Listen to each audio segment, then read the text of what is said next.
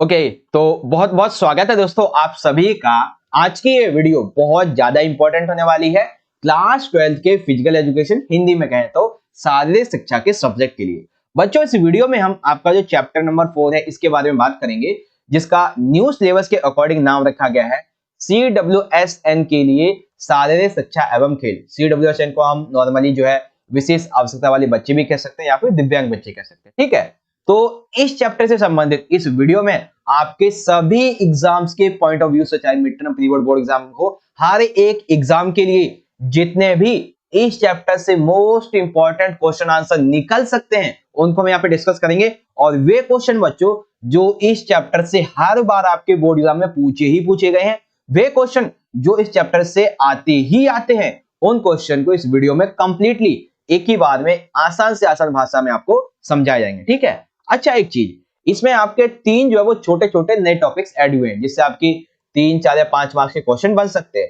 तो उन new topics के जो क्वेश्चन है वो भी मैं आपको इसी वीडियो में समझा दूंगा अच्छी तरीके से। ठीक है, तो आज का हमारा जो सेशन है वो अराउंड 35 से लेके 40 मिनट तक का बनने वाला है। एंड आई एम 110% श्योर कि यदि आपने आज का हमारा ये सेशन, आज का हमारा ये एपिसोड कंप्लीट देख लिया तो आपके एग्जाम के लिए इस चैप्टर की बहुत अच्छी तैयारी यहाँ पे हो जाएगी।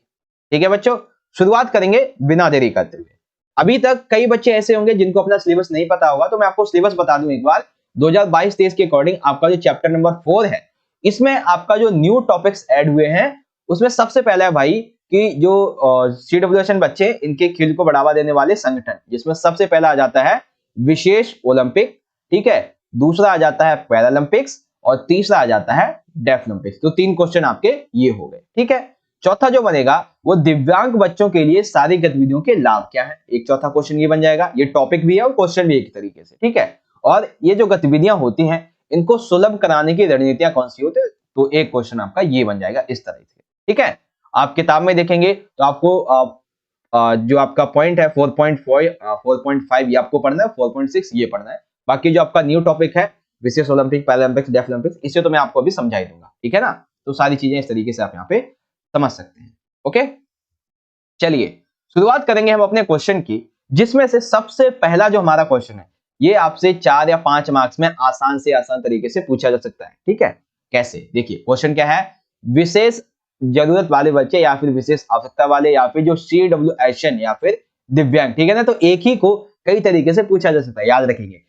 उन्हें ही हम CWSN कहते हैं, उन्हें विशेष जरूरत वाले बच्चे कहते हैं, उन्हें विशेष आवश्यकता वाले बच्चे कहते हैं, उन्हें ही हम दिव्यांग बच्चे कहते हैं। ठीक है, तो ऐसे बच्चे जो किसी न किसी रूप में बेसिकली शारीरिक तौर पे उनका कोई विकार है, तो उनके लिए शारीरिक क्रियाओं के क्या लाभ हो सकते हैं, वो लाभ हमें यहाँ पे समझाने। ठीक है भाई, तो शारीरिक क्रियाओं के यहाँ पे बहुत से लाभ होते हैं, देखते हैं कि करके वो लाभ यहाँ पे कौन कौन से हो सकते हैं।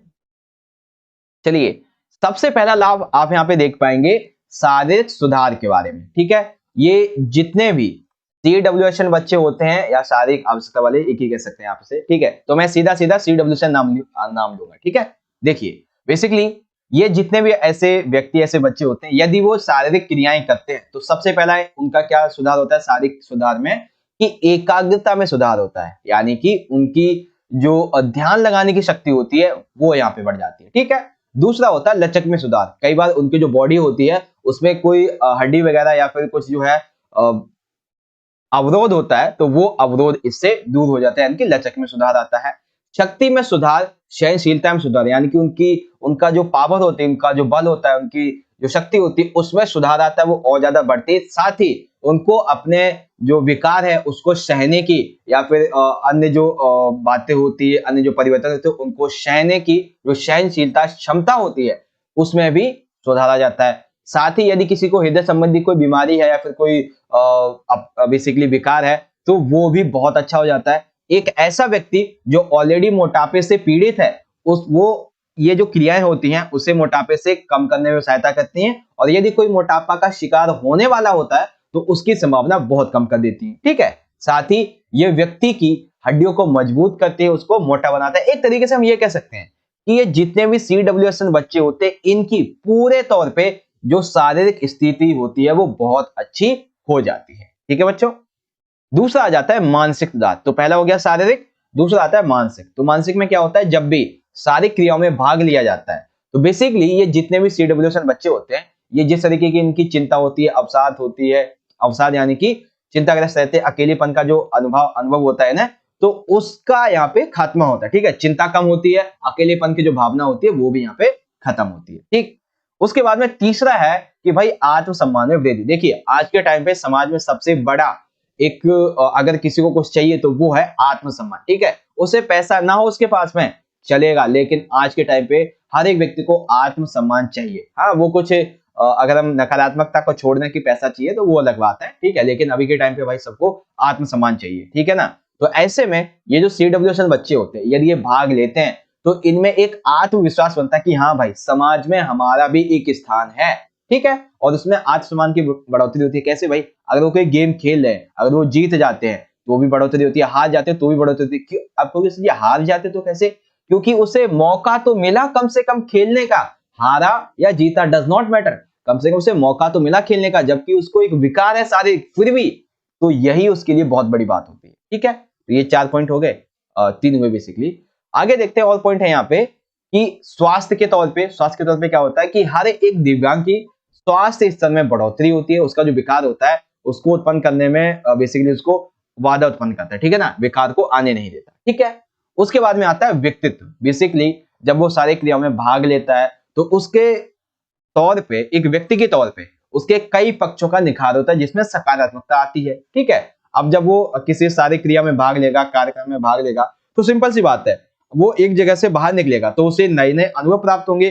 खेल खेलेगा, खेल में जीतेगा तो उसके नए नए दोस्त बनते हैं। ठीक है, उसे ऐसा लगता है कि भाई हाँ, हालांकि मैं एक जरूर CWSN बच्चा हूं, लेकिन फिर भी मैं एक आजाद पंछी हूं, मैं अपने ऊपर दोष नहीं डाल सकता, मैं एक आजाद पंछी हूं, ऐसा वो भी अनुभव करने लगता है। और साथ ही इसके साथ ही उसके जो कार्य क्षमता होती है, कार्य करने की, निर्णय लेने की, वो भी यहाँ पे बढ़ जाती है। तो मेन से जो पॉइंट है वो आप इजीली याद कर लीजिए।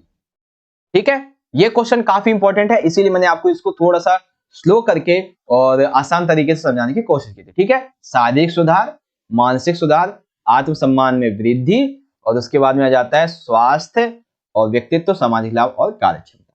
इसी क्वेश्चन को बच्चों आप इंग्लिश में देखेंगे इस तरीके से कि describe the benefits of physical activities for children with special needs और डिसेबिलिटीज। तो क्या क्या होता है? सबसे पहले physical improvements, mental improvements, increase in self esteem, health, personality, social benefit and work capacity. तो ये सभी के सभी पॉइंट्स हैं बच्चों जिन्हें आप इजीली यहां से रीड आउट कर सकते हैं और इन सभी चीजों को समझ भी सकते हैं। ओके, आई होप कि आपको अभी तक का हमारा जो पहला क्वेश्चन वो अच्छे तरीके से समझ में आ गया होगा। देखो वैसे तो लाइक शेयर पहले बोलना चाहिए था, लेकिन नहीं, वीडियो के बीच में बोलने का मकसद ये कि पहले आप थोड़ा सा समझ लीजिए अच्छे तरीके से, अब थोड़ा रेस्ट कीजिए। तब तक मैं, अगर आपको वीडियो अच्छी लगती है तो ज्यादा से ज्यादा वीडियो को लाइक कर देना और शेयर भी कर देना। वीडियो को देखने के बाद में अच्छी लगती है तो शेयर तो पहले ही कर दो ताकि बच्चे भी जुड़ जाए इससे। और बाकी यदि आप चैनल पे पहली बार आए हो तो चैनल को सब्सक्राइब भी कर लेना, और कमेंट बॉक्स में आप सभी एक राय देके जरूर जाइएगा कि आपको जो चैप्टर वो समझ में आया था या नहीं। ठीक है, चलिए अभी ना एक चीज और मैं आपको बता देता हूं कि अभी हमारा जो है, एक सेकंड यहीं चलना चाहिए मुझे। हाँ देखिए, अभी जो है हमारा एक 5 मार्क्स का क्वेश्चन और बच रहा है जो कि मैं आपको एकदम वीडियो के एंड में बताऊंगा। तो इससे पहले आपके जो न्यू टॉपिक्स ऐड हुए हैं मैं आपको वो समझा देता हूं। ठीक है, तो न्यू टॉपिक्स में सबसे पहला क्वेश्चन हमारा ये बनेगा, विशेष ओलंपिक क्या है? अंतरराष्ट्रीय ओलंपिक समिति के कार्य लिखिए। अगर आपने क्लास 11th में ध्यान से फिजिकल पढ़ा होगा तो 11th का जो चैप्टर शायद 4 या फिर 3rd है उसमें भी ये सेम टॉपिक है, विशेष ओलंपिक, पैरालंपिक्स, डेफ ओलंपिक्स, ये सेम उसी में है और वही टॉपिक्स आपकी 11th 12th में यहाँ पे रिवाइज कर दिए गए। ठीक है, तो विशेष ओलंपिक क्या है और ओलंपिक समिति के कार्य लिखिए। देखिए क्या है, ये 2 मार्क्स में आ जाएगा। केवल और केवल विशेष ओलंपिक समिति के कार्य ही आपसे 5 मार्क्स में पूछे जा सकते हैं। ठीक है ना, तो ध्यान से समझेंगे।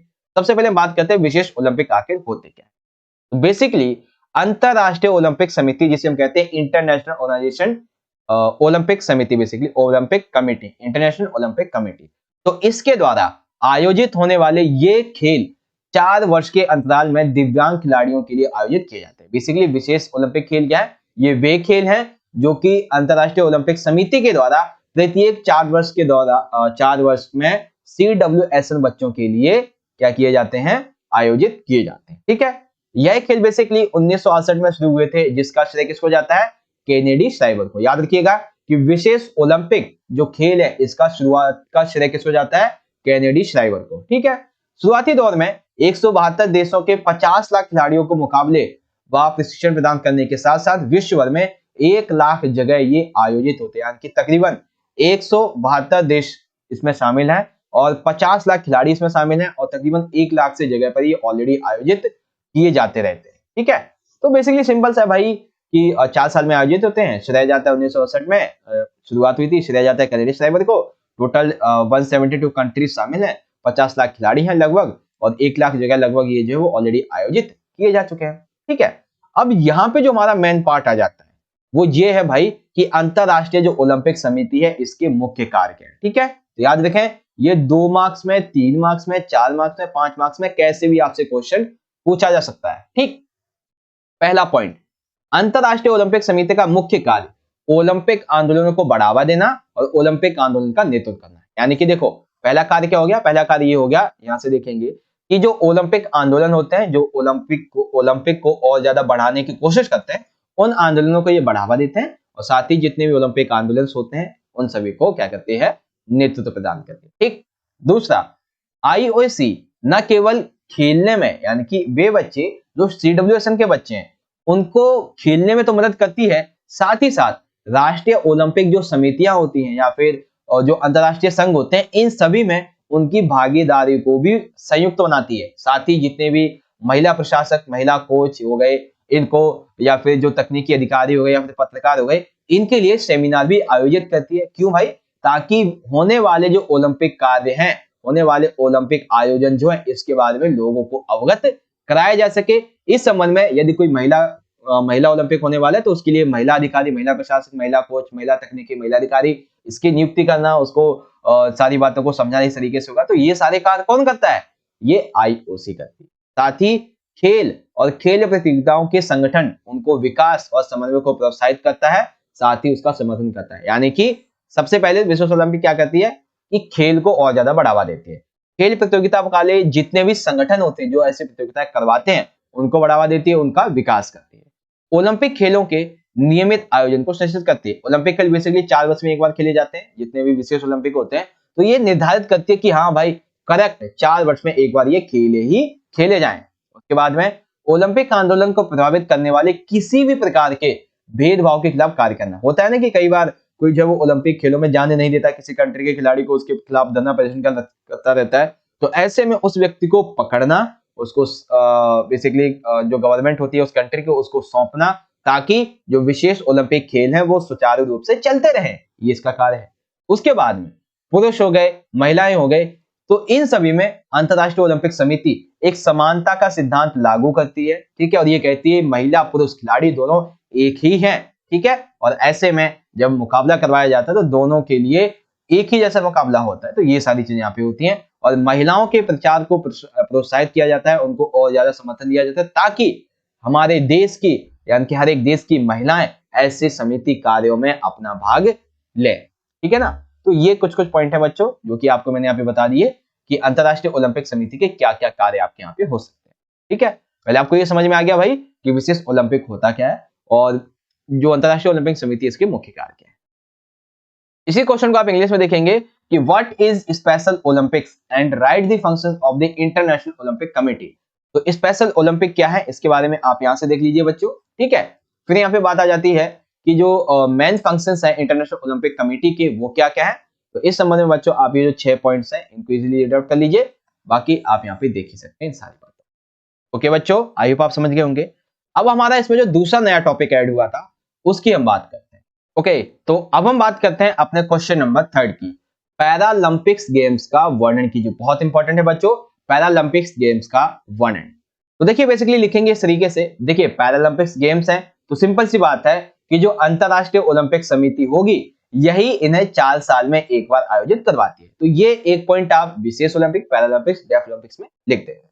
बेसिकली पैरालंपिक्स जो गेम होते हैं ये अंतरराष्ट्रीय खेल होते हैं। ठीक है, अब ये अंतरराष्ट्रीय खेल है जिसमें बहु खेल प्रतियोगिता, देखिए यानी कि खेल प्रतियोगिता तो है ही, ये बहु खेल है जिसमें कई प्रकार के जो विकलांगता से ग्रस्त लोग हैं वो शामिल होते हैं। ठीक है, जैसे कि ये जो पैरालंपिक्स गेम्स होते हैं ये एथलीटों के अंतरराष्ट्रीय मल्टी स्पोर्ट इवेंट होता है जिसमें असुविधाजनक जैसे कि मांसपेशियों की शक्ति, आंदोलन की निष्क्रिय सीमा, ठीक है, अंग की कमी, पैर लंबाई में अंतर, ऐसे जितने भी दिव्यांगजन होते हैं, असुविधा वाले बच्चे एथलीट, उनको इसमें शामिल किया जाता है। इन पैरालंपिक्स गेम्स की जो शुरुआत थी वो बेसिकली सर लुडविग गेटमैन के द्वारा की गई थी। इन्होंने 1948 में आईपीसी के द्वारा 10 प्रकार के जो खेल थे वो पैरालंपिक्स में शामिल करवाए थे। ठीक है, अब ये जो पैरालंपिक्स गेम्स होते हैं ये दो तरीके के होते हैं, एक होते हैं शीतकालीन, एक होते हैं समर पैरालंपिक्स। तो 1998 के एक बार जो ग्रीष्मकालीन खेल हुए थे जिसमें सियोल, दक्षिणी कोरिया, इनके बाद से संबंधित ओलंपिक खेलों के तुरंत बाद आयोजित किए जाते हैं क्या, शीतकालीन। ठीक है, उसके बाद में सभी पैरालंपिक्स गेम्स अंतरराष्ट्रीय पैरालंपिक कमेटी जिसे हम आईपीसी कहते हैं इसके द्वारा शासित किए जाते हैं। पैरालंपिक्स में बेसिकली 163 देश के आसपास शामिल हैं और 400 से ज्यादा प्रतियोगी शामिल हैं और लगभग 24 से ज्यादा खेल जो है वो इसमें शामिल किए जाते हैं। ठीक है ना, तो ये सारी चीजें जो आपको पैरालंपिक्स के बारे में यहाँ पे समझनी होंगी बच्चों। ओके, चलिए अब इसी क्वेश्चन को आप इंग्लिश में देखेंगे कि डिस्क्राइब दी पैरालंपिक्स गेम्स। तो पैरालंपिक्स गेम्स क्या होते हैं, इनको कैसे डिस्क्राइब करना है, इन पॉइंट्स को बच्चों आप सभी यहां पर इजीली रीड आउट कर लीजिए। ठीक है, बाकी मैंने आपको सारी चीजें यहाँ पे समझाई दी हैं और जो भी पॉइंट होते हैं वो भी आप यहाँ पे इजीली रीड आउट देख सकते हैं। ओके बच्चों, अब चलिए एक क्वेश्चन हमारा न्यू टॉपिक के बारे में बच जाएगा, फिर जो हम है एक 5 मार्क्स का और इंपॉर्टेंट क्वेश्चन देखे जो कि वीडियो के एंड में। क्वेश्चन हमारा ये है कि डेफ ओलंपिक खेलों का वर्णन कीजिए। देखिए जैसा कि नाम से पता चल रहा है डेफ ओलंपिक्स यानी कि जो बधिर यानी कि जो बहरे खिलाड़ी होते हैं उनकी बात हो रही है। तो डेफ ओलंपिक्स को एक सेकंड मुझे यहाँ पे लेना चाहिए, ये लो, ठीक है। डेफ ओलंपिक्स को हम डेफ ओलंपियाड यानी कि पहले बधिर, दैट मींस जो सुनने में अक्षम है, ठीक है ना, इनके लिए विश्व खेल और बधिरों के लिए अंतरराष्ट्रीय खेल कहा जाता के रूप में जाना जाता है। बेसिकली हम क्या कहते हैं कि जो डेफ ओलंपिक्स होते हैं इनको हम क्या कहते हैं, इन्हें हम डेफ ओलंपियाड कहते हैं। डेफ ओलंपियाड का मतलब क्या हो गया, जो सुनने में अक्षम है। ठीक है, ओके, इन्हें विश्व खेल भी कह सकते हैं या फिर हम एक तरीके से अंतरराष्ट्रीय खेल भी कह सकते हैं। बेसिकली अंतरराष्ट्रीय ओलंपिक समिति के द्वारा स्वीकृत बहु खेल आयोजन की एक आविदा जो अबाधित श्रृंखला है जिसमें बधिर एथलीट एक विशिष्ट स्तर पर प्रतिस्पर्धा करते हैं, यानी कि जो बच्चे जो एथलीट बधिर होते हैं, बहरे होते हैं, सुनने में अक्षम होते हैं, उनके लिए खेल आयोजित किए जाते हैं। ठीक है, साथ ही जो अन्य आईओसी क्या है ये, हाँ, अन्य जो अंतरराष्ट्रीय जो ओलंपिक समिति है इसके द्वारा अनुमोदित आयोजनों जैसे कि ओलंपिक, पैरालंपिक और विशेष ओलंपिक में एथलीटों के विपरीत एथलीटों को ध्वनि के द्वारा निर्देशित नहीं किया जा सकता। इसलिए क्या होता है कि जितने भी ओलंपिक होते हैं, ठीक है, या फिर पैरालंपिक या फिर विशेष ओलंपिक, तो इसमें क्या होता है जब भी कोई गेम शुरुआत होता है तो सीटी के द्वारा या फिर कोई ध्वनि जो होती है उसके द्वारा खेल को शुरुआत किया जाता है। लेकिन जो बधिर खिलाड़ी होते हैं सुन नहीं पाते तो उनके लिए क्या करते हैं, इनके लिए एक अलग तरीके का मार्क किया जाता है, ठीक है, जो इन्हें दिखाई देता है, सुनाई नहीं। ठीक है, 1924 में पहली घटना के बाद कॉमेंट इंटरनेशनल टेड स्पोर्ट्स डैश सुडस यानी कि CIS बधिरों के लिए खेल की अंतरराष्ट्रीय समिति का गठन किया गया। इस समिति ने अंतरराष्ट्रीय स्तर पर ये जो डेफ ओलंपिक्स खेल थे इनको और ज्यादा बढ़ावा देने का प्रयास किया। ठीक है बच्चों, तो डेफ ओलंपिक्स के बारे में क्या देखेंगे, डेफ ओलंपिक्स को हम डेफ ओलंपियाड भी कहते हैं। ठीक है, जो बेसिकली बधिरों के लिए अंतरराष्ट्रीय खेल होते हैं। अब बधिरों के लिए अंतरराष्ट्रीय खेल है तो IOC जो है ये एक इसे जो है वो अबाधित रूप से मानती है कि जिसमें किसी भी प्रकार की कोई बाधा ना हो, ऐसी प्रतिस्पर्धा। इसी तरीके से IOC के द्वारा यानी कि अंतरराष्ट्रीय ओलंपिक समिति के द्वारा ओलंपिक, पैरालंपिक, विशेष ओलंपिक, इनमें क्या होता है कि कोई भी गेम शुरू करना होता है तो पिस्तौल के द्वारा शुरू किया जाता है या फिर हॉर्न के द्वारा या फिर कमांड या फिर सीटी के द्वारा शुरू किया जाता है। लेकिन जो ये डेफ ओलंपिक्स होते हैं इसमें ऐसा नहीं। 1924 में सबसे पहली बार बधिरों के लिए खेल की अंतरराष्ट्रीय समिति जो थी वो यहाँ पे बनाई गई थी। ओके बच्चों, तो ये चीजें आपको समझ में आ गई कि डेफ ओलंपिक्स खेल की क्या क्या यहाँ पे विशेषता हो सकती है। अब इसी क्वेश्चन को आप इंग्लिश में देख सकते हैं कि describe the deaf Olympics games. तो डेफ ओलंपिक्स गेम्स को कैसे आपको डिस्क्राइब करना है वो आप इजीली यहां से देख सकते हैं। पहला पॉइंट, दूसरा पॉइंट, तीसरा पॉइंट, चौथा पॉइंट। ओके, अब भाई लाइक शेयर सब्सक्राइब आ गया है, कोई बात नहीं, कर लीजिएगा नहीं किया है तो।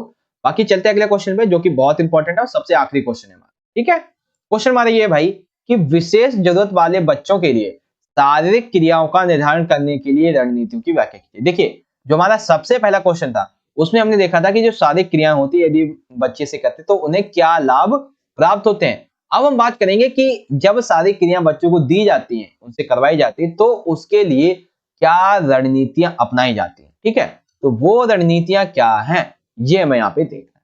ठीक है, तो सबसे पहले बच्चों यहाँ पे जो रणनीति आती है वो है डॉक्टरी जांच। आप ध्यान से समझेंगे तो समझ जाएंगे।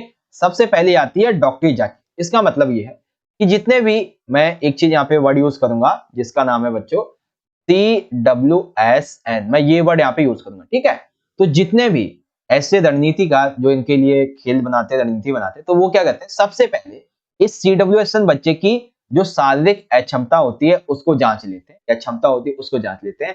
उसके बाद में फिर ये देखते हैं कि हाँ भाई जो हमने खेल बनाया है इस बच्चे के लिए, इसके लिए वो सही है या नहीं। ठीक, दूसरा होता है पूर्व अनुभव। बेसिकली कई बार ऐसा होता है कि कोई बच्चा किसी खेल को पहले खेल चुका होता है, तो ऐसे में उस बच्चे की उस खेल के प्रति जो पहले की जानकारी है, कैसा उसका प्रदर्शन रहा था, क्या वो उसको खेल भी पाता है या कैसी कठिनाई होती है, तो उसकी जानकारी ली जाती है। तब उसके लिए एक नया खेल, एक नई रणनीति बनाई जाती है। तीसरी है रुचि। बेसिकली दिव्यांग की रुचि कैसी है, उस रुचि को ध्यान में रखा जाता है ताकि जो बच्चा है, जो दिव्यांग है, वो अपनी सारी क्रियाओं को पूरी तरीके से कर सके। और ये हमारे लिए भी है। मान लेते हैं कि आपको बैट बॉल पसंद है और आपसे बोला जाता है कि आप वॉलीबॉल खेलो, आप बैडमिंटन खेलो, आप कुश्ती खेलो, आप नहीं करोगे, तो इसी तरीके से ठीक दिव्यांग वाले बच्चे, उनके लिए भी वही चीज यहाँ पे इंप्लीमेंट की जाती है। चौथी है भैया क्षमता। इसका मतलब ये है कि जो दिव्यांग होते हैं, इसकी शारीरिक क्षमता और जो मानसिक क्षमता है, पहले इसको समझ लेना चाहिए, ताकि जो भी कार्य, जो भी रणनीति, जो भी रणनीति आप बनाओगे वो उसके मानसिक शारीरिक रणनीति के आधार पर हो, ताकि वो अपना कार्य पूर्ण तरीके से कर सके। ठीक, आगे फिर आ जाता है यहाँ पे भाई रूपांतरित उपकरण। ठीक है, पांचवा हो गया हमारा रूपांतरित उपकरण। बेसिकली इसमें क्या होता है कि उपकरणों का रूपांतरण हमेशा दिव्यांग की अक्षमता के स्तर के अनुरूप, ताकि वह सारी क्रियाएं भाग ले सके। बेसिकली सिंपल सा क्या होता है कि कोई भी खेल खेलना होता है तो ऐसे में कोई उपकरण चाहिए होता है, तो उसको हमें खेल के अनुसार बदल देना चाहिए, क्योंकि हर खेल में हर एक उपकरण सही नहीं होता है। ठीक है ना।